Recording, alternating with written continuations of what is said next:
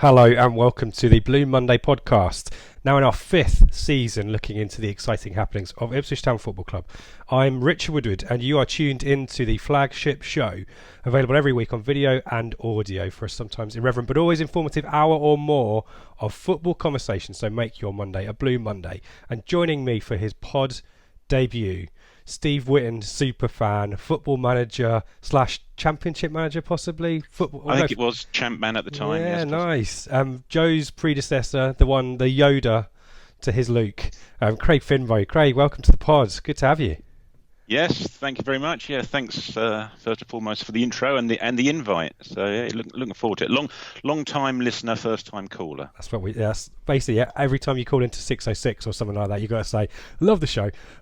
Long time listener, first time caller. So we're glad to have you on. You travelled to Birmingham yesterday, didn't you? You enjoyed the Indeed. sights and sounds of the German Christmas market, I hope. Or... Yes, yeah. Travelled up lunchtime, had a wander from the city back to the ground, and then back again afterwards. And my life, that was busy.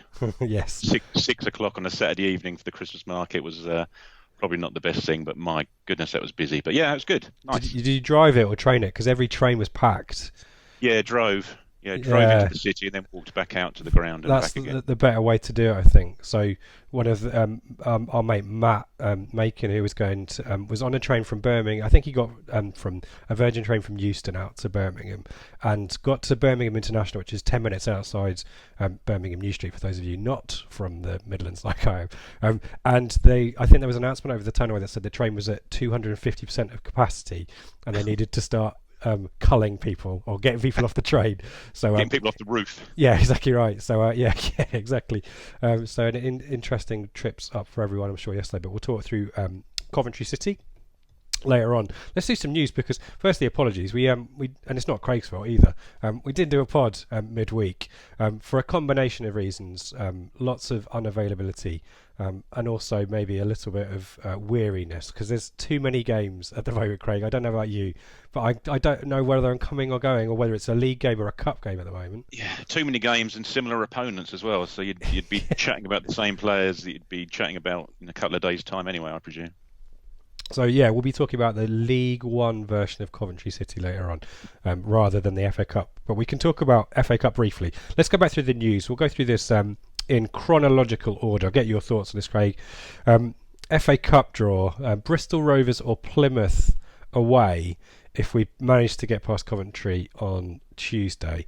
Your thoughts about that? Is the magic of the FA Cup still alive and well with you for that draw? It's pretty much the tie we all wanted, I think. I can pretty much speak for everyone that's listening and watching that, if we could have handpicked an opponent and a location, we probably would have picked as far west as humanly possible. I think it's going to be interesting with that in mind is what sort of team we put out for the replay. Yeah. Is it going to be had we pulled Man City away or Tottenham away out the bag, then we may be more inclined to all guns blazing try and get to the third round. I just wonder whether we think, you know what, this has backfired a little bit. This cup rotation maybe. So I guess our friends in the Southwest supporters group will be hoping for a Bristol Rovers there. Plymouth I've not done. Plymouth is on my 92 list or whatever it is, the 91 this season. So that is the only one that is kind of exciting me. But every bloody year we get a really crap draw. I mean, at least we're in the third round draw, which I guess none of us kind of expected. But when are we going to get a decent draw, Craig? Tell me. Well, the thing is, we could end up having Bristol Rovers and then going to see Bristol Rovers again 4 weeks time anyway. Was it around about, well, no, it's 4 weeks. It's around St Patrick's Day, isn't it? I think Bristol Rovers away, but that tallied onto, which I'm sure we'll talk about in a second, is the next round of another particular trophy, which we are again all guns blazing trying to win at all costs. Is we could be having I'm sure there'll be some sort of group rate B and B. We'll just stay down there. Yeah. We can sort out a minibus of us and just shack up down the southwest for John Banger. We need to sort out like a mass premiere in booking or something. Or we'll be in touch. We'll come back to Coventry the Tuesday night cup replay at the end, Craig, and discuss whether we think we'll forego that one. We'll also come back to the leasing.com trophy as well, because we're always on brand here on the Blue Monday podcast. Before that, Fulham are rumoured to be watching Flynn Downs amongst, I assume, a lot of Championship clubs, frankly. If your scout is not watching Flynn Downs, it's probably not worth his salt as a scout. But QPR also rumoured to be watching Luke Wolfenden. Your thoughts on... I think Lambert's come out and said it'll take big money to prize them away. Do you believe him? And also, do you think if you were Flynn Downs or Luke Wolfenden, you'd want to leave a potentially promotion-winning season part way through and gamble that you might not play? Yeah, exactly that. What from their perspective, what's the rush? From the club's perspective, from Fulham's perspective, from QPR's perspective, you can 100% understand why they would want to be looking at those guys of that age playing as regularly as they currently are, and at the standard and levels that they currently are. It's it's a complete no-brainer. As you say, there's no way in the world they're the only clubs that are looking at these guys. But as I say, from the player's perspective, why would you move when, from Flynn Downs' perspective, he's currently captaining the team. He's nailed on starter when fit, you'd hope, give or take a rotational policy here or there.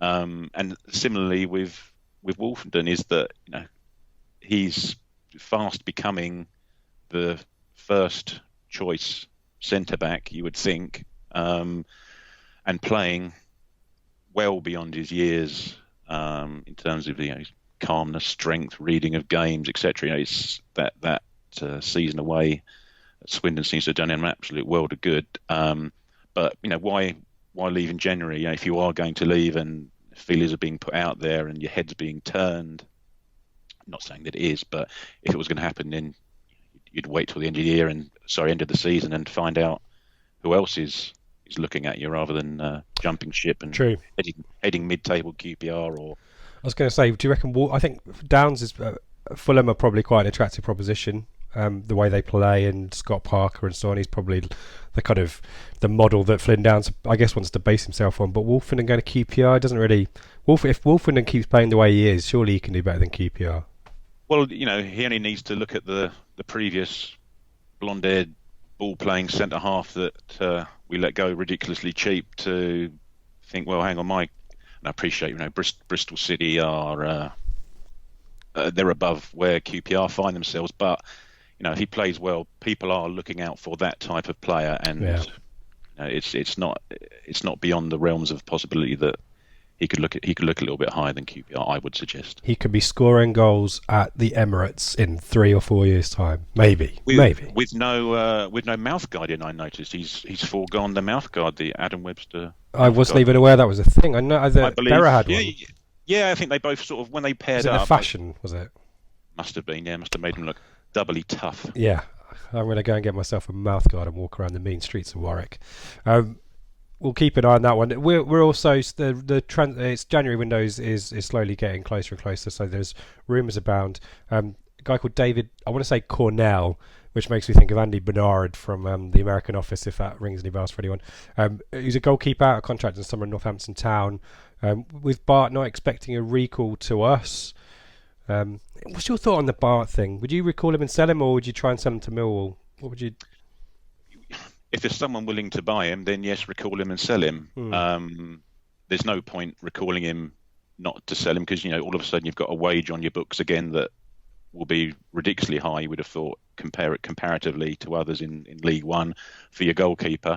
If I was thinking about this actually earlier on when we saw the news come out about Bart, he went out of his way to say, I'm not expecting to be recalled, etc. Please don't recall me. Well, quite exactly. But you'd think it'd be within Millwall's best interest to get a permanent deal over the line at the next available opportunity. Yep. Just to take that risk that he may get taken away and used somewhere else. He's playing every week. He's, by all accounts, doing very well. You see the highlights reel. He's getting nominated for this, that, and the other save that he's making, as we know he can, and as we know he did for 2 or 3 seasons on the trot for us. I just wouldn't be surprised if there would be a deal done in January with Millwall to say not as much as they probably previously bid for it, for him. Sorry, but 750k, £800,000 is yours. It gets the worry of him coming back with his wage at the end of the season should it not happen. And from their perspective, it's it then ticks a box in that they've then got a permanent goalkeeper on their books who they haven't got to worry about disappearing to someone else at the end of the season. And Barr gets a bit of he's as a security, doesn't he? Exactly right. That's the word I was looking for. So this guy's out. Sorry, go on.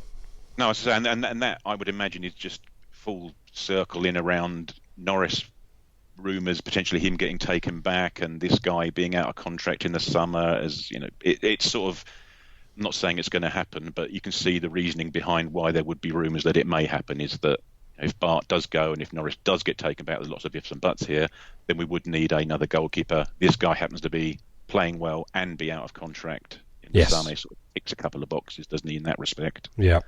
Well, I think we've got a question about January window later on, so I'll ask you about where you think we need to strengthen a bit later on. Goalkeeper, to me, not up there, but I don't want to lead the witness. Peterborough 1, Ipswich Town 1. Ipswich win 6-5 on penalties in the leasing.com trophy. I was surprised by this, having seen the team, though there was quite a lot of rotation for Peterborough as well. Debuts for Przybek, he has said, is the acceptable English pronunciation. I think in Polish it's Szybek, something like that. Alex Henderson, an 18-year-old second-year academy scholar, which threw Joe Fair's, our good mate, academy expert Joe Fair's off. And Barry Cotter came back into the first team for the first time, I think, since that Barnsley game after mixed teacup storming out. No one who played in the Coventry FA Cup game was in that team. And yet, we take the lead. El Mazzuni tapping in after Norwood's shot is saved. Ricky J. Jones, it sounds like a 90s pop star if you ask me, scores the equaliser. We go to penalties. I think Town had a few chances to win it at the death. I think Hughes and Dobra might have had chances there. But we go to penalties, and it's Przybek who is making the headlines. Firstly, it's a good save from Frankie Kent's penalty, ex-Cole U. And Barry Cotter then is the hero. Scoring, it's a firm struck penalty, low, but it's under the keeper. I'm sure you want to do better. Miles Kenlock's penalty technique is also something we should probably talk about. But into the next round, without really seemingly like we're trying, if you ask me. And Exeter, the Southern Regional draw is our reward, which is a couple of days after what would be our third round cup tie if we got through Coventry as well. So this is what you were alluding to before about this massive southwestern games. It's a really annoying. For me, it's down the M5. It's not too bad. But your thoughts on anything that you saw from the game, this rotation seemingly working for the leasing.com trophy at least, and what we do next round now that it's starting to get a little bit more serious. Yeah, well, I think first and foremost, what a great result for the kids that did get a chance to play in that match. Regardless of what the opposition was, they were still playing in a professional match. Some of these guys for the first time, even people like Cotter, who we think's been around for a while, but it's still only his second professional match of football, to go away, to get a draw, and then to come through it in terms of the penalties as well. For these guys who are making their debuts, it can just have been a fantastic result. And you could tell after the match, the post-match interview with Lambert, he actually did look genuinely happy that they'd managed to do it. You could tell that he knows that it will do these guys the absolute world of good.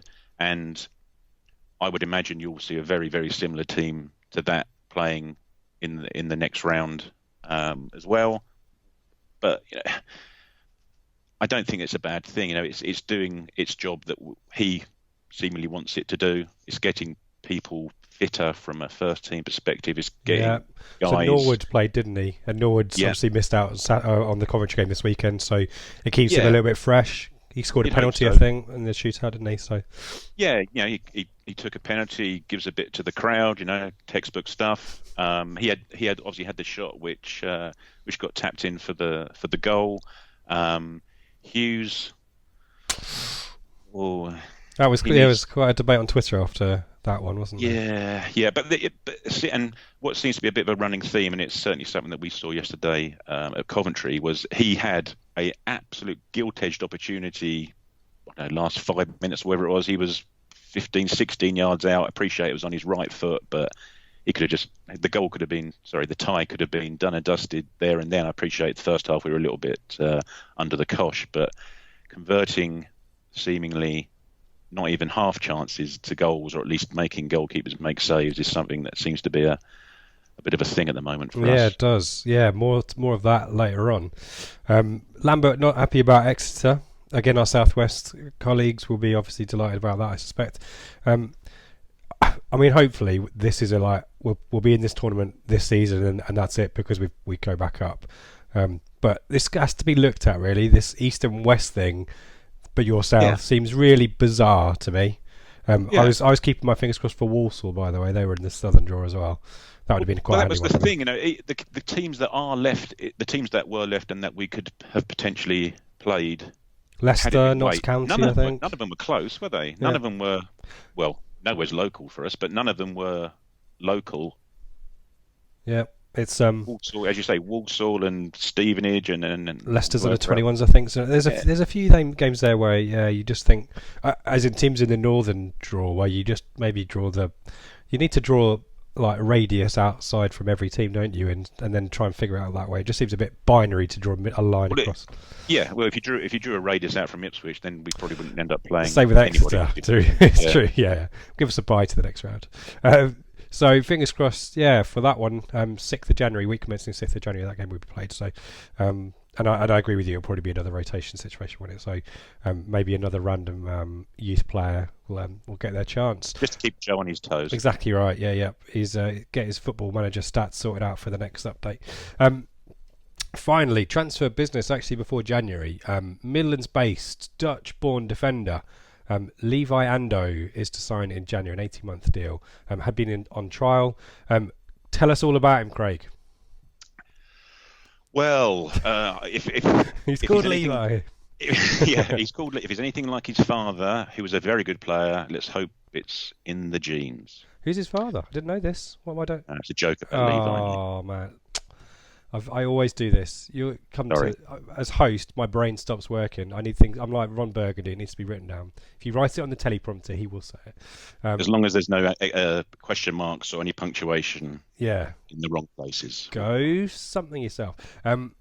He's yeah. So I think he could play anywhere along the back four. But did I insult you there? Sorry, did I say No, something? no. I was going to say that Yeah, you're right. Having looked at Worcester City's Facebook page when he signed for them, January time, I think it was, of this year. That's exactly what their manager said. He's basically very comfortable on the ball, can play along the back four, can play in midfield. He's built like an outhouse. Let's see how he gets on. But And he's Dutch, so we love it. We were talking about that a few weeks ago. We had a question about where's a yeah, Dutch cult player. So he was born in Holland, but the Netherlands, sorry. But quite how long he was there for? Because he was raised in Leicester, I think, wasn't he? yeah, And then disappeared off to Canada for a bit and came back again. So it's a punt. Hopefully, it's a Tyrone Mings type of punt. We see the. Well, we need right backs, and Barry Cotter, potentially staked a claim for himself, perhaps against Peterborough as well. So we shall see how he gets on. But good luck to Levi joining in January. Let's bring things right up to date. Let's go to Birmingham. Let's go to Bawdsley, Smallheath, Winnersh, Taplow. So a couple of bits and pieces of news prior to the match. Danny Rowe misses out due to a knee injury. Chambers is the mysterious centre-back that we heard about during the pre-match presser about defenders getting injured. But it's a 4-2-3-1, and it's not too dissimilar to the cup team from last week. Norris is back in, Garbutt left back, Wolfen and Wilson are centre backs, and Dynastian at right back. This Downs Dazelle, this double D central midfield situation there is back on again. Edwards is the man who comes in for Rowe, and it's Nolan and Judge again around Keane. Your thoughts on that lineup, Craig? Well, I don't think there was much else that we would have thought about changing. Given Norwood was obviously suspended, there's obviously an argument about playing two up front, but from memory, it was pretty much exactly the same team that played against Cov away the week before, other than, as you say, Rowe Edwards, was it, that came in his stead? I think. Yeah, I think Wilson might have. Did Wilson play last week? Yeah, I think he did. Yeah, he did. Yeah. Yeah, So I think it was pretty much exactly the same team. Yeah, which I was thinking about that walking back from the station on the FA Cup game, which was, I hope I see Judge again. I hope I see this Downs to Zell partnership, and that we actually test something out in a. It's a competitive fixture, but it's a cup competition. So if we lose, it's not the end of the world. But if we find a system that works for this one up front, which we know that Lambert wants to use, it's been useful, hasn't it? Yeah. And subsequently, seeing the team that was put out yesterday, it looks pretty much like we were using the FA Cup tie as a dress rehearsal for the league match. Yep. Given it was exactly the same team, give or take the injury to Rowe. Caden Jackson's on the bench. He's just become I don't know if it's first one or second one for him, father, which might be a reason why he's on the bench. But you're, one of our brighter players that we, I guess, expected maybe not to feature so much at the start of the season's come in, scored 7 goals, doing all right. Harsh on him to be on the bench, or is there circumstances outside football that maybe influence that decision? Is it harsh? Is it, or is it just how well Keane has played and how relatively well the formation worked with Keane in it last Saturday against exactly the same opposition? He seems to be a better fit for it, doesn't he? Yeah. Scouse is on the bench. He picked up a knock, I think, at Peterborough, but otherwise nothing remarkable about the bench. Let me just talk you through Coventry's 3-5-2 formation. Again, not too many changes from the cup game for them. Morosi in goal, Rose, McFadzean and Hyam at the back three. Darbo, McCallum are the wide players with O'Hare, Westbrook and Kelly, captain. And had a good game yesterday, Kelly, actually, involved in quite a lot of the action. And Amadou Bakayoko comes in, and it's Max Biamo again who starts up front. That's the front two. Again, nothing remarkable about the bench for me to tell you about. So let's get into the action. It's a bit of a mixed start. Some back and forth. There's an early chance for Nolan. He can't get on the end of a good cross from Judge. But 22 minutes, Craig.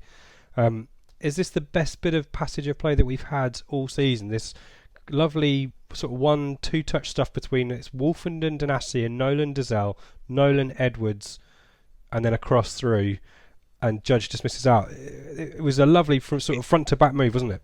It was a really, really nice move, and it was what sort of made it stand out was it's done at pace as well. It was 1 touch, 2 touch at the most, and we've been a little bit pensive, should we say, in possession for a lot of games this year, and I know it's something that the other guys talk about. It's just having courage, just being a bit more brave on the ball, and say that, as you say, that little period of play. There was a period of about 20 or so minutes in the first half where we did that 2 or 3 times in a very similar area of the pitch, and I'm sure you'll go on to the next the Garbett chance in a bit, but what we did from the very beginning, and you could tell, and it's slightly different to how we've played recently, is we were playing out from the back. From minute 1, we were playing out from the back. The centre backs were split. Yeah, we did that again. Either side of the 6-yard box. We were, for our sins, sometimes using Danassian as an outlet. Relying on him being able to control the ball and pass the ball adequately to a teammate. Not panicking. Norris was knocking it out. Wolfenden, when he was playing the ball, he was looking for 1-2s with Danassian at points, just to eliminate that strike. He was going to see Danassian. He was out offering an option for Danassian to lay into again. But I say that one particular move you're talking about was perfect. I think it was laid. Eventually, it was sort of laid into Keane. Nolan sort of flicked it around the corner into Keane. He laid it back. It again got pushed first time out to the wing by Dazelle. I think it was out to Edwards, and Edwards is already sort of running in on that angle. So it's not as if he's running straight towards the byline. He's running in at an angle towards the goal, and obviously we were right at the other end of the pitch. So after he'd crossed stroke shot, and it bobbled, and Judge couldn't quite get there. We couldn't really work out if it was a shot which wasn't poor enough to get to Judge at the back post, or whether it was a cross which wasn't good enough for Judge to get to at the back post. Yeah. Having seen the replay, I think he did actually try and cross it. It just bounced, didn't it? It was it wasn't. And do you expect more from your winger in those positions to actually be able to pick someone out? It wasn't a difficult opportunity to pick out Judge at the far post there. But what it did show is that, how quickly we were breaking, how well we were breaking, and you've got the left winger getting onto the end of the right winger's ball across the box. Yeah, great shout. And I wonder to what extent Dazelle being in that midfield introduces that more creative spark. He was part of that move, I think, very briefly. I think it's a one-touch layoff, but I really like this. It brings out a bit more on Downs as well. Downs seems to maraud forward a little bit, and Dazelle sits, doesn't he? Yeah, that's right. Well, what you very often find is Dazelle, and I know we've got questions about him later on, what he does is he will find that one ball that gets us up the pitch quickly. And I'm not saying it doesn't always work though. Corners. No, fair, absolutely. But he's the one that's looking for that quick ball. I know we're talking a few dozen games ago now, but Gillingham away, his was the ball. We've been knocking it around, bang, his is the ball into Jackson that gives us that impetus to get up the pitch quickly. Similarly, yesterday, I'm pretty sure it was his ball down the line to Edwards to get us up the pitch a little bit more quick with a bit of impetus. And I know that our formation was nominally 4-2-3-1, but I thought Downs, Dazelle and Nolan as a three, I thought they played first half. Let's just caveat that. I thought they played very well. They were just interchanging well. They weren't, Nolan was in front of the back four while Downs went marauding. Dazelle was picking up the ball from the back four, but then occasionally he was actually getting forward down the right wing occasionally. They weren't stuck in positions. They were all interchanging. And as Joe tweeted something at half time about how well I think the middle three had played, and I just wonder whether we would have played that well if you had a sitter in Skews there whose only job is to sit. Yes. And not recycle and interchange. Yeah, exactly right. Yeah, I just thought our midfield three yesterday, first half, was as good as I've seen us play with the midfield three for a while. Yeah, so they were just so fluid and seemed to sort of understand each other, and their little flicks around corners to where they knew each other would be. And as you alluded to earlier, Dazelle and Downs, you'd like to see a little bit more of those two getting a chance. And in the first half, we've really figured out how to get in behind them, because obviously they're playing three at the back, so they can't pull too far wide. So it takes a few passes and you unlock it and you're in. And Edwards and Judge got quite a lot of joy down that side. Let's fast forward to 30 minutes because Ipswich are about to take the lead. Judge and Dazelle, a little short corner routine, which we've tried a few times now. Cross from Judge and talk us through it. Yeah, well, as we all know, short corners work every time. You're pretty much guaranteed a goal from every short corner. But this one, it looked straightforward, and it was straightforward. But just a little cushion pass from Dazelle back to Judge meant he didn't have to do anything other than sweep it in himself. Yeah. And to be fair to Keane, it was a lovely header because he wasn't that far out in the end. I think it's only maybe 4 or 5 yards out from goal. But it wasn't as if he was running from 6 or 7 yards out to have a bit of impetus and a bit of momentum get the header. He was pretty much jumping from. He was stationary, wasn't he? Yeah, exactly. Yeah, that's right. Yeah, and he got some decent height considering he was surrounded by 2 or 3 defenders. Decent height. Yeah, lovely goal. Yeah, and lovely goal. Angles it right into the corner, doesn't he? 5 minutes later, it's another corner routine. This time from Garbutt. Has to be said, at the start of the match, our set pieces, which were poor last week. I keep saying Birmingham and Coventry. I need to come up with like a Boventry or whatever. St Andrews. Last week they were overhit and didn't really find their target, and suddenly both Garbutt and Judge, having hit a few early sighters, were getting their eye in, and Garbutt is straight into Keane and heads it firmly off the post, and we would have deserved that goal at that point, I think, Craig. Yeah, absolutely. Yeah, and it was very similar, just a carbon copy from the other side of the pitch. Really, he was a little bit further out towards the back post, but again, it's not as if he was having a marauding run to get on the end of it. Again, he was jumping from a static position and craning his neck to get to it. And yeah, unfortunate, as you say, we were well on top at that particular point. We'd had 2 or 3. Not if we weren't creating the chance that we had 2 or 3 opportunities to get into the final third, where we were doing a lot more than we had been doing recently. And 7 minutes later, another lovely build-up. It's Judge who loops the cross back to Garbutt, who has quite a lot of time here. He takes it kind of first time and volleys it kind of into the ground, and it's wide. But he's not well attended. Craig, is this a good chance that he should be doing better with? Yeah, I think so, and that's sort of what when I was talking about Hughes's chance against Peterborough during the week. It's just another golden opportunity, and I know Stuart Taylor talked about it after the match, and he was probably over-egging the pudding in that he reckoned we had, I think he said 4, 5 or 6 great opportunities in the first half. We may not have had half a dozen great opportunities, but this was another one, and again, it came from Dazelle playing in that right-hand channel, and he knocked a little reverse pass down to Judge, who whipped it in, and Garbett he must have been level with the penalty spot, if not a yard or so further back. He's quite out though, isn't he? He is. He's not the centre of goal. Yeah, he's not centre of goal, but we know what Garbett's left foot's like. He's got full sight of it. He's got no one closing him down or putting a pressure on him.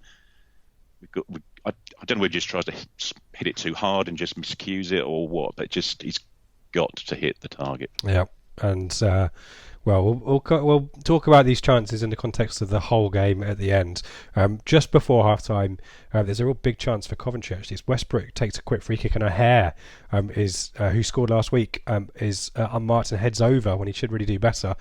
And that probably been their best chance in the first half. Coventry, they didn't really create a huge amount, a few shots here and there, but apart from us maybe gifting them the ball occasionally, which we did do last week as well, that was the best they'd done. And Town well on top, half time, 1-0, should be 2 or 3. I think we've agreed on that.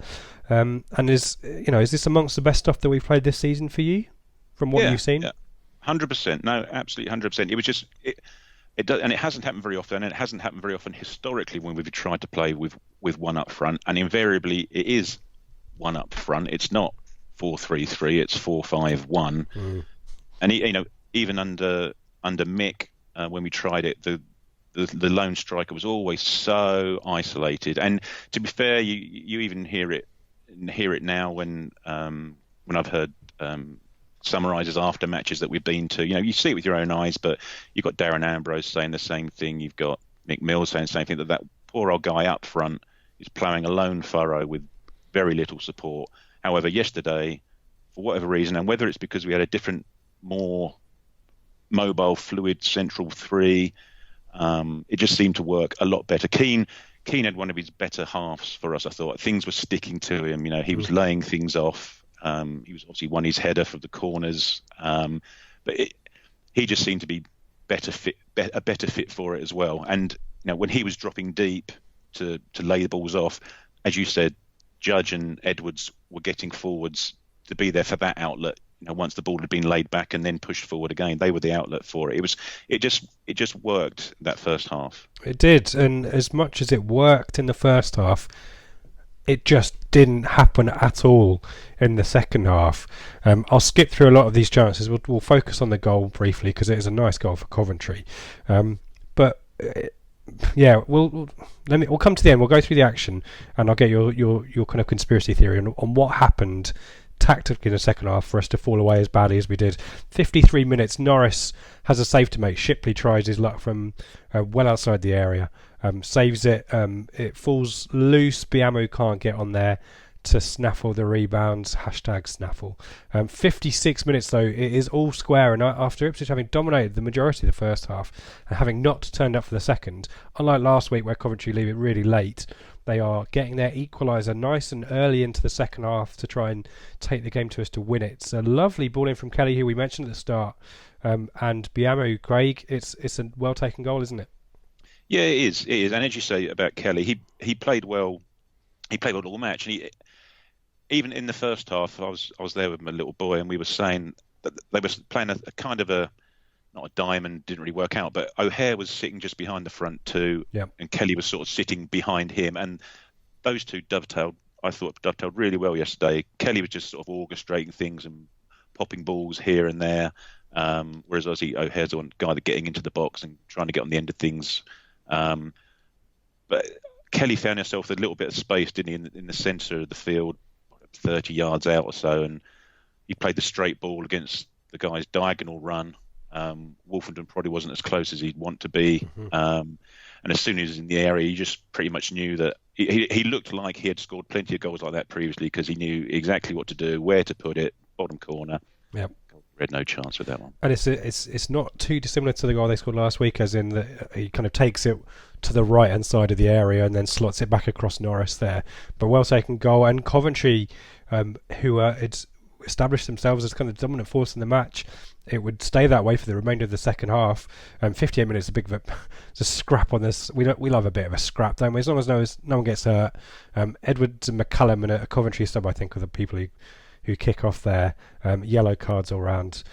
67 minutes. I mean, I've not described a huge amount of opportunities, but it did seem to be all entirely Coventry. Ipswich pushed well back.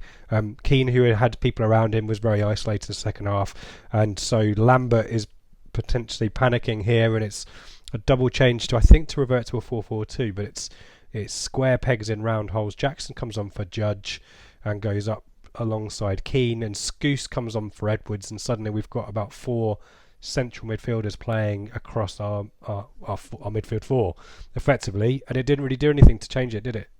No, it didn't at all. And I've been wondering why the second half was so different to the first. And everyone who's seen the match, probably everyone who heard the match, it was the textbook game of two halves. But the second half, it started off really bitty. It was like the first 10 minutes or so, all it was free kick after free kick after free kick. No one could really get a foothold in the match.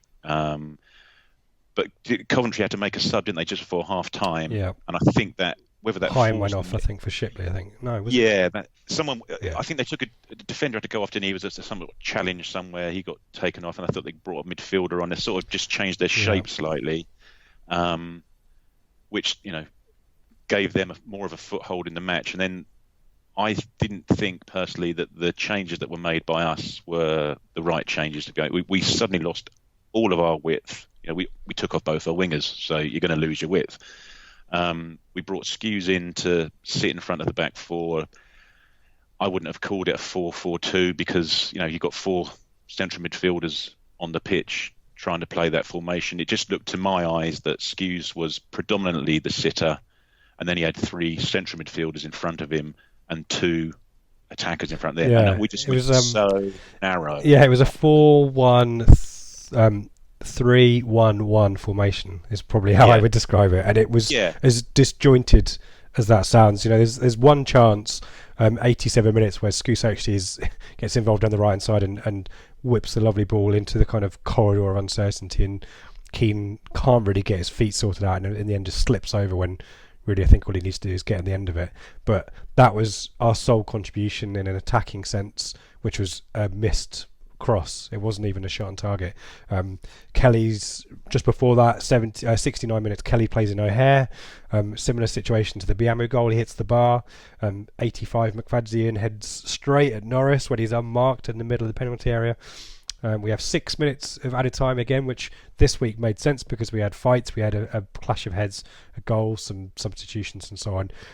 But Coventry, to be fair, as much as they had lots of intent and threat, there's not a huge amount of action in the last minute like there was last week, and it's a shot from Allen at the end which drags wide when he really should do better, and that's about it. 1-1. So if you're able to take yourself away from the game of two halves thing, a 1-1 draw away at a team in the top 6 who have got an excellent home record, is this a bad point? And it's just the fact that we were so dominant in one half and so utterly abject in the second half that is making people like me a little bit depressed? Yeah, I think so. And had the halves been the other way round, and you'd had the second half performance of the first half and vice versa, you'd been cock-a-hoot that we managed to turn it around and put in such a fantastic performance second half. You go away to Coventry, you go away to Birmingham to play Coventry, and you've got to expect teams in the top 5 to be half decent at home, haven't you? And I don't think have they lost one? I think it's one. I think they lost to Tranmere or something. I think. Yeah. So they do draw a lot of games. Were you about to say they're no mugs, Craig? Were you about to? No mugs. No mugs, and actually that is true. That's not a cliche in this instance. Yeah, it is. But in the cold light of day, and I know Amy's asked the question later, would you have taken a point before the match? I don't know if we would have done because we have got a very good away record. Whether some of that away record has been reliant on home teams not punishing us as much as they probably should have, very possibly. But that first half was an opportunity for us to give ourselves a couple of goals cushion at least. And someone did tweet, forgive me, I can't remember who it was, but they pretty much said exactly that on the ITFC timeline. We've played very well. We've only got one goal. You pretty much know what's going to happen next. Yes, sort of thing. This lack of taking chances thing is a problem at the moment, isn't it? And the rotation, I don't think helps us in that respect. Hopefully, we've stumbled across something now. But with Norwood coming back from suspension, you wonder whether we go back to the 4-4-2. But there is something to be said at the moment for us making lives more difficult for ourselves than we need to. If Garbutt scores his chance, or if Judge gets on the end of the cross from Edwards, it's 3-0 at half time. It's not an unreasonable scoreline. It's certainly not flattering, and yet do we sit back too much when we've got the lead now? Because it was similar to Rochdale, I remember, and Fleetwood, where we kind of play really well, get into the game, get our goal, and then you kind of think, right, come on, let's get the second. We tried to do it yesterday in the first half, but do we just sit back too much? I don't know if it's an intentional sitting back. Obviously, when you bring Skews on, I appreciate we brought Jackson on as well, but when you bring Skews on, you're sort of intimating that we just want to make things a little bit more solid here. Mm-hmm.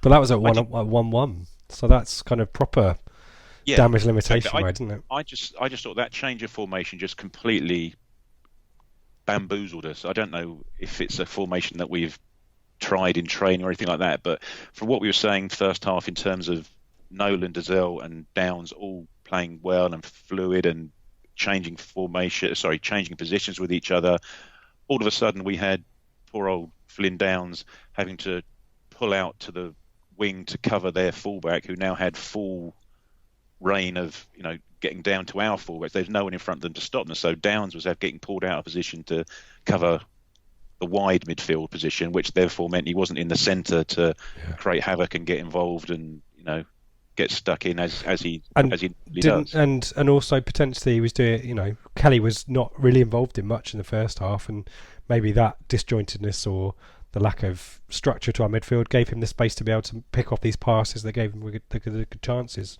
Should we do some questions before we basically answer all of them just by having a nice natter? Dylan, is the way Dazelle is now playing and started to take control of games showing all the stuff with his dad was affecting his early season form? It's an interesting thought. Or is it just minutes? Yeah, we don't know what's going on behind the scenes. We've read in the papers about Jason, etc., and his situation. I just think, it's minutes, isn't it? He's played. I appreciate this. He hasn't started many league games. I'm not sure he's started a league game. Well, we haven't played many league games, but I don't think he's started a league game. Maybe Accrington, maybe the one after that. But the FA Cup, he played in the home game, didn't he? Lincoln scored the goal, obviously. But he's played the 3 FA Cup matches that we played. He's played every single one of them. Now he's playing league games. I just think he needs minutes, and if he can get minutes, he's not the sort of player, and I appreciate, it's a luxury. If he wants to be a luxury player, it could be an issue. But he's not the sort of player you'd bring on in the last 10 minutes, 15 minutes to change a game. He needs to grow into games and get the feel of games and be there from the start, is my way of thinking. And also the players around him as well, because he does try smart things. And I said, it's probably at the moment a 50-50 strike rate, I'd suggest. Some of them don't come off. There was a point where he marauded forward with the ball and then slipped over, and Coventry broke in the second half. But similarly, as you say, there are passes that no one else in the team can make. And if he doesn't know where people are going to be making their runs, then how can we expect him to be effective? That's right. And the thing is, very often he forces people to make those runs with the passes that he plays. He's playing passes assuming that person is going to make that run. Well, they're going to have to make the run now because he's played that particular pass. I know there are questions about it. I just like him to have a run of games. I appreciate you probably can't say to him, you know what, Andre, you're going to start the next 4 games nailed on. See what you can do for me. It's probably not going to happen like that. But in an ideal world, I would love him to get a run of games so we can all see whether he can or whether he can't start affecting. Yeah.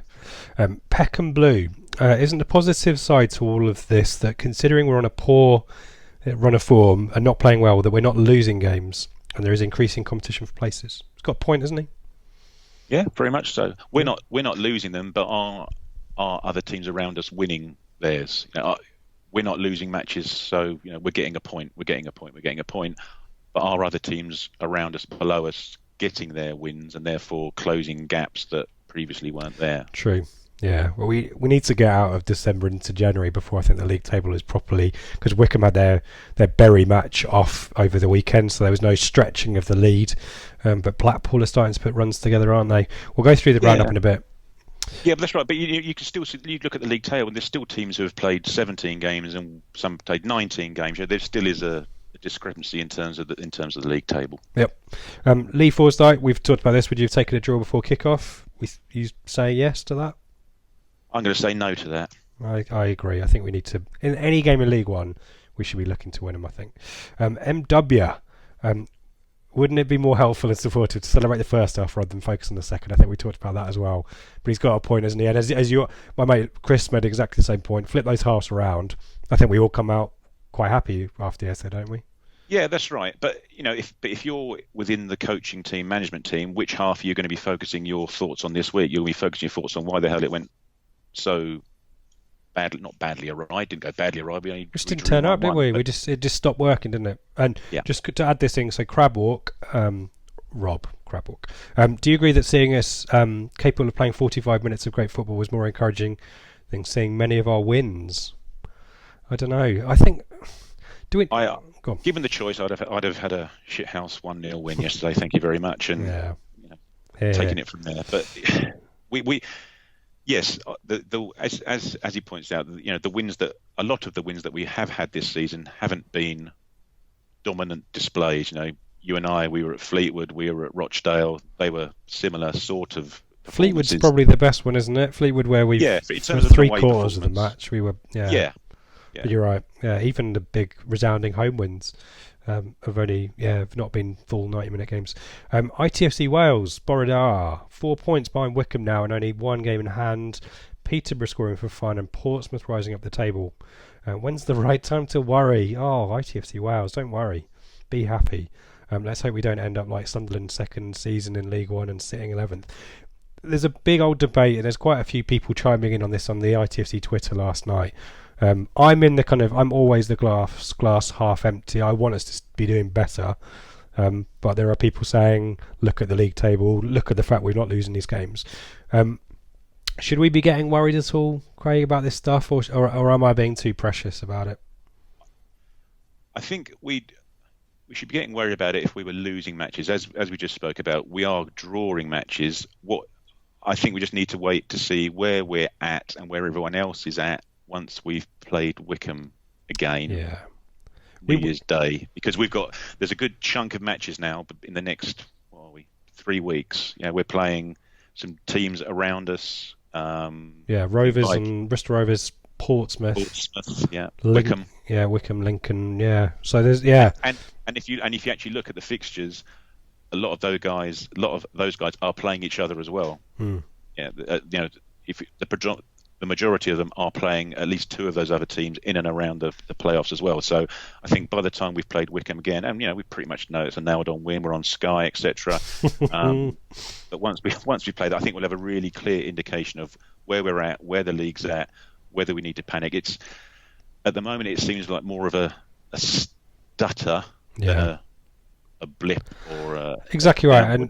And I think was it last week? I think I maybe said this on the pod. This is the time in the season to have a little bit of a waver and need to kick up the arse to then regroup and to you don't want to be having this run of not winning games and not being able to score in March and April. Yeah. So let's do it now. Let's get it out of the way.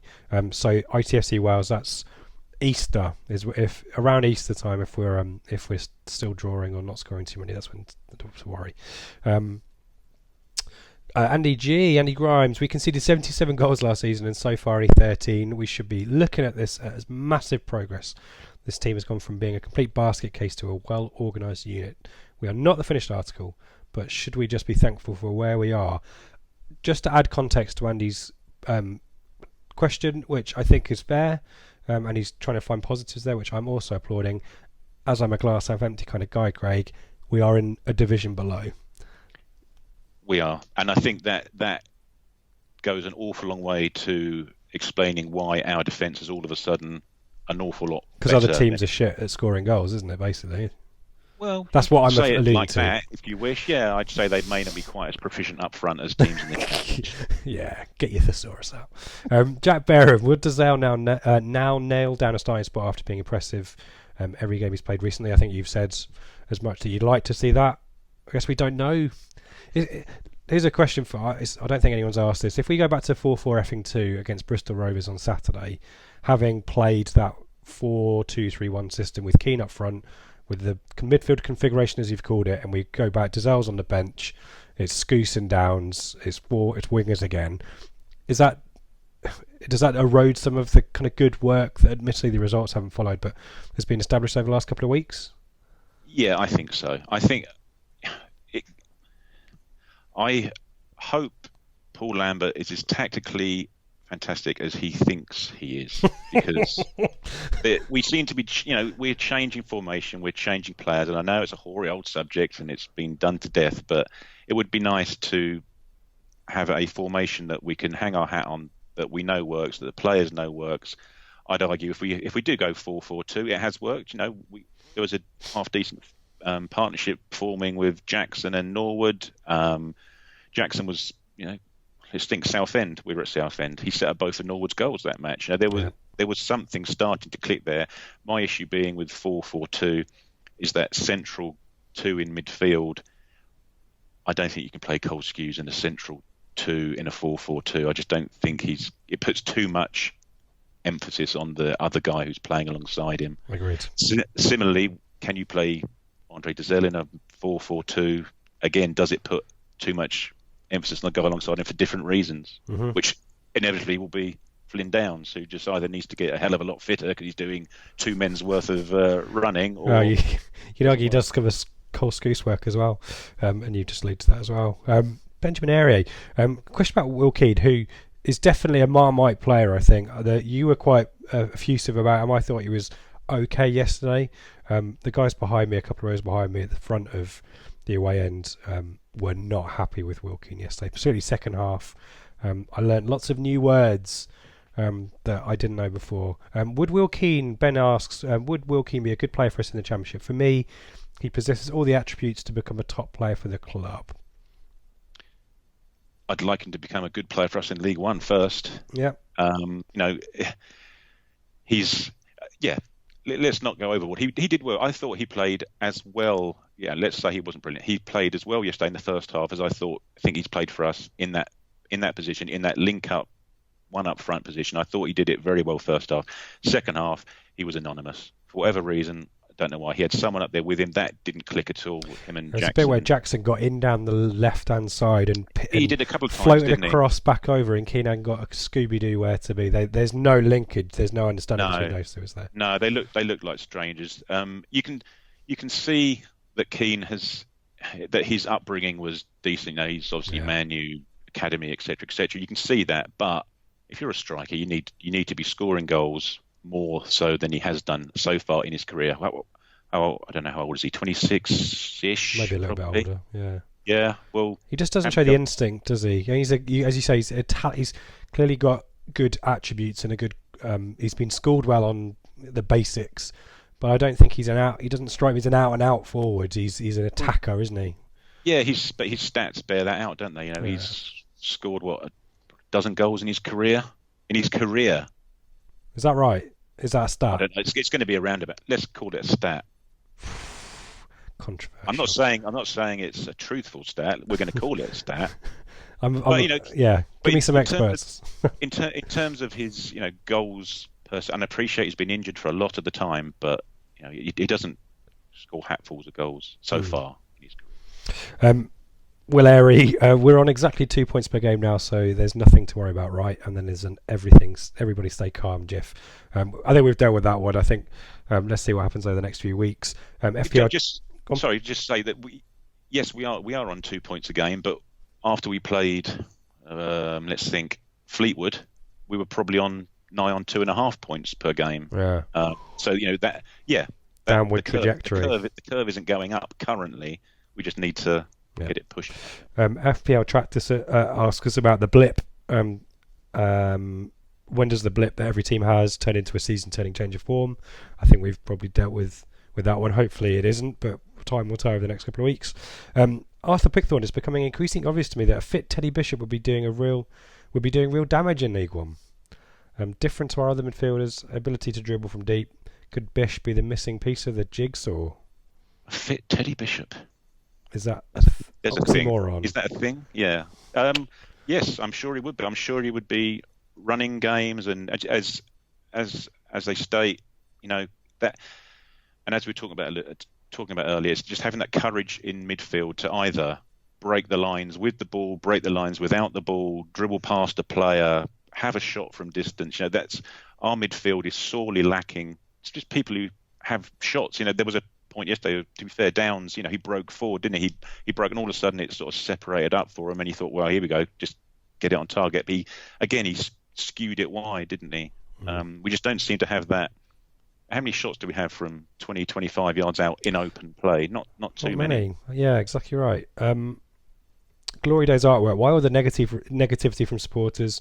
Leeds, Sheffield United, Sunderland, many others got stuck in the league for years, with us on track to bounce back at the first opportunity, a first attempt, sitting pretty in second place. So we're not giving ourselves enough credit. I think this is the other side of the debate. Are you, is there something to be said for? We talked about this on the pod quite a lot. Last season was shocking. The fact we've been able to turn that around so quickly.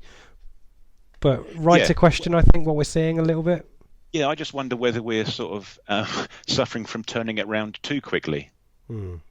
Had again, like we were talking about yesterday, had the halves of the game been turned around, would have been happy days. Similarly, we've almost had half a season. Had those 2 quarters of the season been turned around, and we'd had the August to Fleetwood era now, we'd sort of built into the season and got a bit of momentum going. I think that's what many people have expected, and I think that's part of it, isn't it?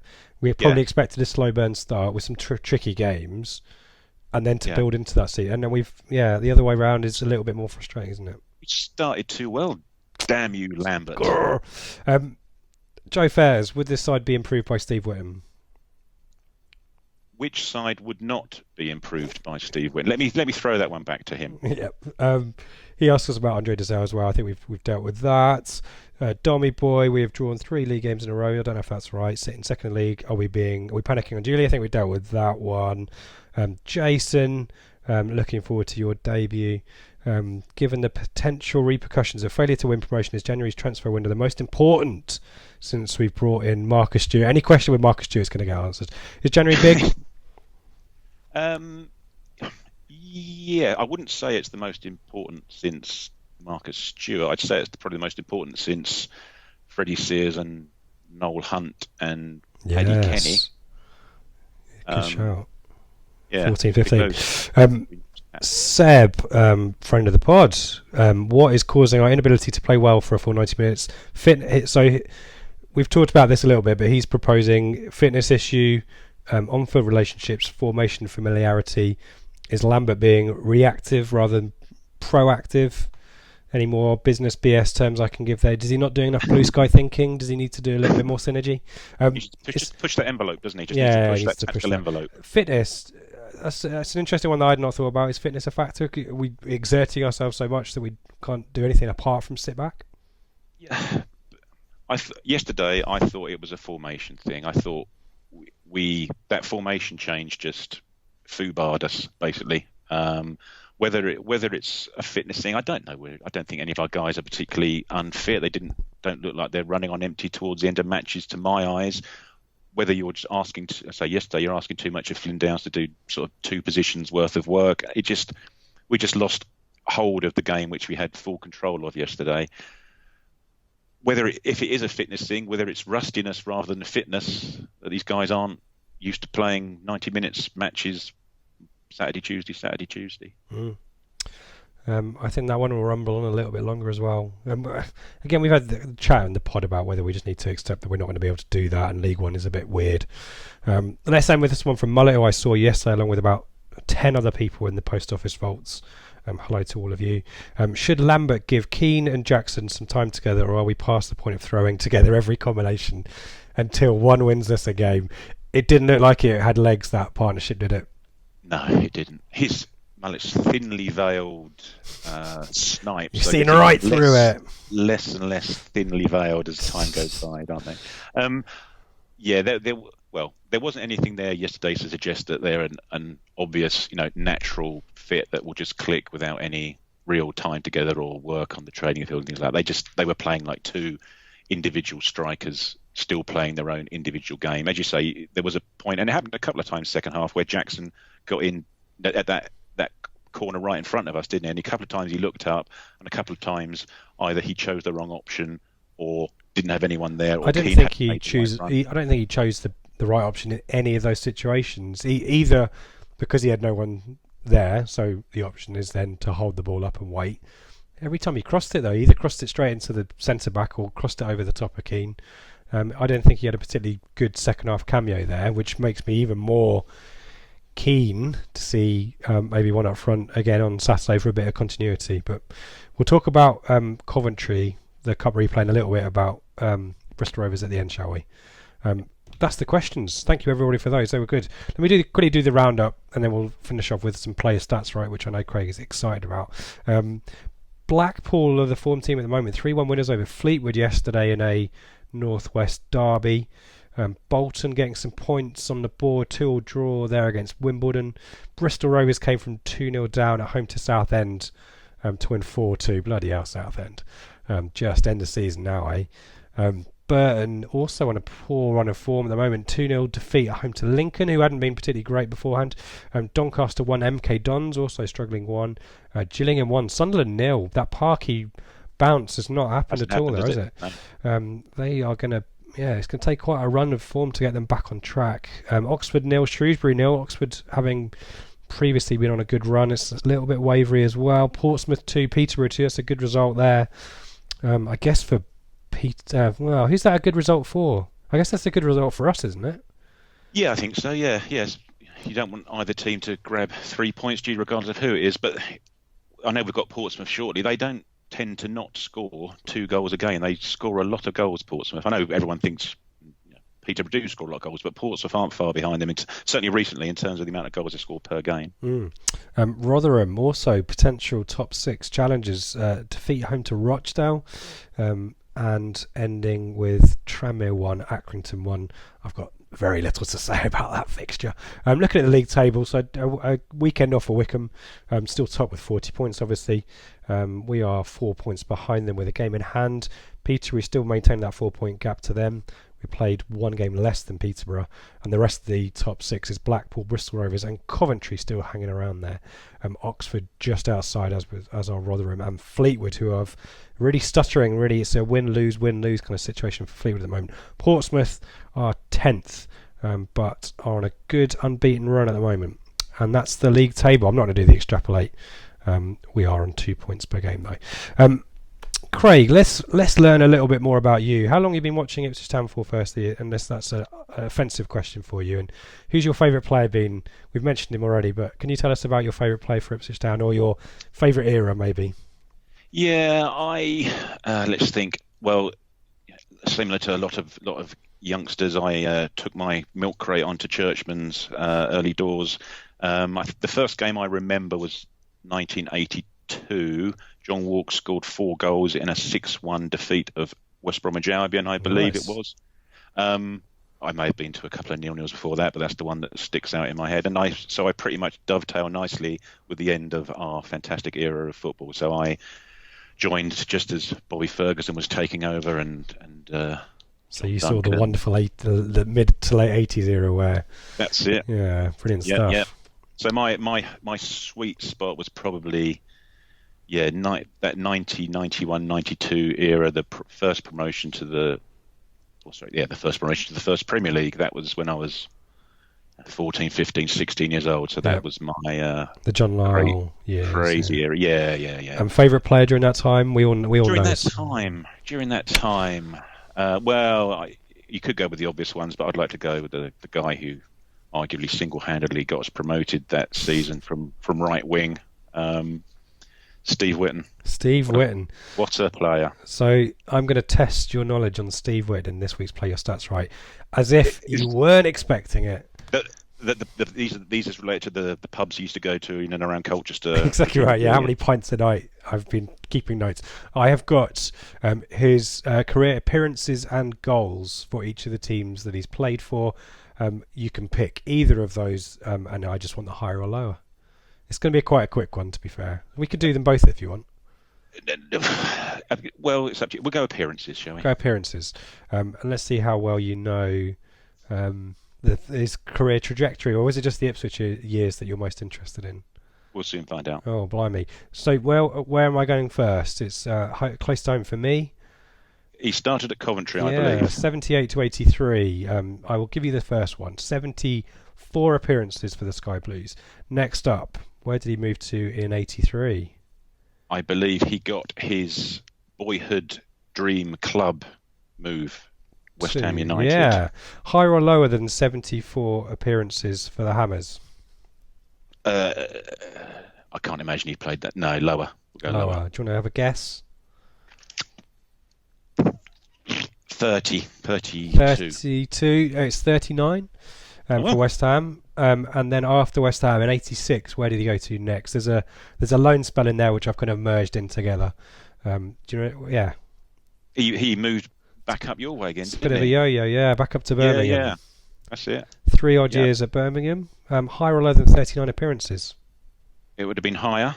Okay. He was a decent player for Birmingham. I believe he was a decent player for Coventry, I think. But no, he played a fair few games for Birmingham. Do you want to give me a guess? 110. Close, 103. And where to next after Birmingham City? Sheffield Wednesday. Sheffield Wednesday, 89 to 91. There's a loan spell in there as well. But let's deal with the Sheffield Wednesday stats first. The 103 appearances for Birmingham, higher or lower for Sheffield Wednesday? How much lower do we go? Couple of dozen. 32. Okay. And then, Halmstad's BK. Yes, he went on loan to Sweden. Yeah, I think he actually played there the summer before he came to us. I believe he went and played across the pre-season for them. I didn't have the years, but obviously it's lower. But he scored 7 goals in 13 appearances. These are league stats, by the way, if anyone wants to chime in on these, which was quite prolific. And then, obviously, as you say, next up it's Ipswich 91 to 94. I've got higher or lower than 32. And I'm expecting, and I want the goals this time as well. These are league appearances and league goals. Come on.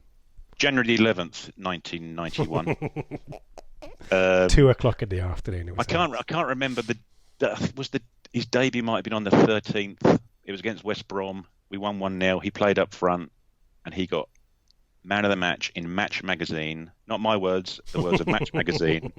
And he got 10 out of 10. And I've never ever seen anyone get a 10 out of 10 rating in Match Magazine, and that was it for me. He was here, there, and everywhere. I don't know if people remember it. People fondly remember Finidi's debut and bits and pieces like that, but anyone who was there that day, that afternoon, would remember that. Oh, tweet us about this. We'll give you a Twitter address at the end if people want to reminisce about Steve Whitten. Appearances and goals. Let's see if these are in your scrapbook.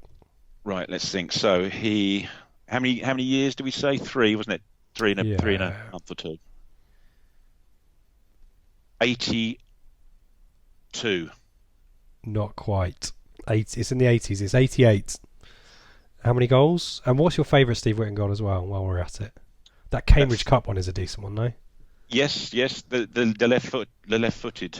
And he'd never celebrated his goals either. Is that something that... Why would you? If you do that every day, well, no, the order is it? Yeah. No, but he also didn't celebrate anybody else's goals either, did he? He'd sling a cross in for Gavin Johnson in the replay at Liverpool. What a ball! Yeah. And just stroll back to the halfway line while there's Carnage. 3,000 Ipswich fans chucking themselves willy-nilly around the opposite. Willy-nilly. God, I'd love it all on today. Yeah. So how many do you think? 88 appearances. How many league goals? 15 goals. Boom. and finally ended up doing the A12 retirement route to Colu for 4 years, where he ended up being manager. Was he player manager and then manager, or? Yes, I think he was. Yeah, crikey, let's think. What era was that at Colu? It's probably like Mick Wadsworth type era. He was a proper old school manager. I think he took him. Then he got the sack, so Whitten took over, and then did Roy. I don't know the chronological order of Colu managers, but there was around Roy McDonough as well, because they were, shall we say, very good friends. Okay. On and off the pitch. On and off the pitch. Higher or lower than 88 appearances to finish us off? He played a fair few for Colu. I'll go higher. Yeah. 3 figures. Do you want to go guess? 110. 116. Good stuff. That was interesting stuff, that. And clearly something for our younger listeners to increase their knowledge and understanding of heroes from yesteryear, which is...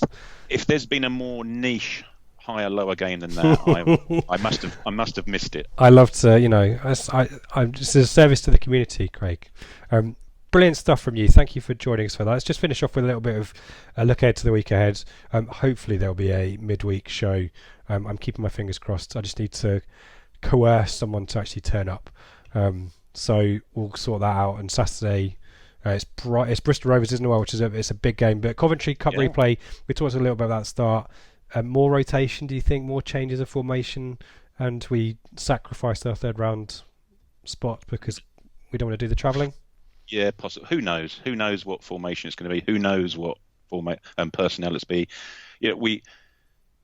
I can't imagine. I'd imagine it'll be a split between the leasing.com trophy team and the current fringe player team. Norwood. Yeah, I don't know really. I was thinking about that. Whether you give Norwood half an hour in it just to sort of get ready for Saturday, the weekend. Yeah, that's right. I'd imagine we'll see Hughes again. Hughes is a bit of a strange one for me. Is he fit enough yet for the first team proper? Is he? I can't imagine just strolling through these leasing.com trophy games is doing him the service he needs. I think a lot of people are hanging their hat on him to be one of the differences. We're talking about midfielders that break lines and get shots in and get into boxes. Don't know if his injuries taking its toll in that respect. Let's hope not. We don't know what Coventry are going to do either. I was speaking to a Cov fan yesterday. He was thinking that they might rotate as well. So this might be the kind of no you have it situation in the cup replay. But the big game is Bristol Rovers, and to be fair, it would be good if we put a marker down and beat a top 6 team and one at home, because our home record is not as good as our away record, is it? It's kind of a pivotal moment maybe for our season on Saturday. Yeah, I think. Or am I bigging it up too much? No, I don't know. I don't know if you are. I think that they are not top of the form table, but they're certainly that end of the form table. Whereas we're 3 wins in a row, I think. Yeah, around the middle of it. As you say, home form. I think that there was a question, or there was something someone tweeted on the ITFC timeline about, we're okay, we draw your away games. Is it that bad a thing? Well, it's not, as long as you're winning your home games. But we're not currently winning many home games for one reason or another. So, yes, you're right. Absolutely, we do need to put a marker down, and whether we can expect a result and a performance in the same 90 minutes, possibly not. But who wouldn't take a horrible scrappy 1-0 now just to get the wheels back on, not falling off, but just to get a bit of momentum going into Christmas, because I say they come thick and fast over Christmas, and they're all pretty much games against teams that we wouldn't mind taking points off of. Yeah, an early Christmas present, a crappy 1-0 home win next weekend. Craig, brilliant debut. Thank you so much for joining us, and hopefully the start of many more appearances on the pod as well. Where can we find you on Twitter? If you want people to find you on Twitter. Loitering around the ITFC timeline. I'm at Fims75. Brilliant stuff. You can find the Blue Monday channel at Blue Monday ITFC. You can find me at Ipswich, and you can find all of our stuff on YouTube if you go looking for Benjamin Bloom. And as an added bonus, you get all his brilliant content on Championship stuff. I think he was at Sheffield United Norwich today to review 2 of the top teams from the Championship, and that was a good outcome today. Norwich got a nice morale boosting lead and then threw it away in the second half, which is what we want to see. So hopefully a difficult Christmas for Norwich to come. Do you want to have the last word, Craig, or have I put you on the spot? Any profound statements to go out with? all this talk of stutters and blips. If you want the rainbow, you've got to put up with the rain.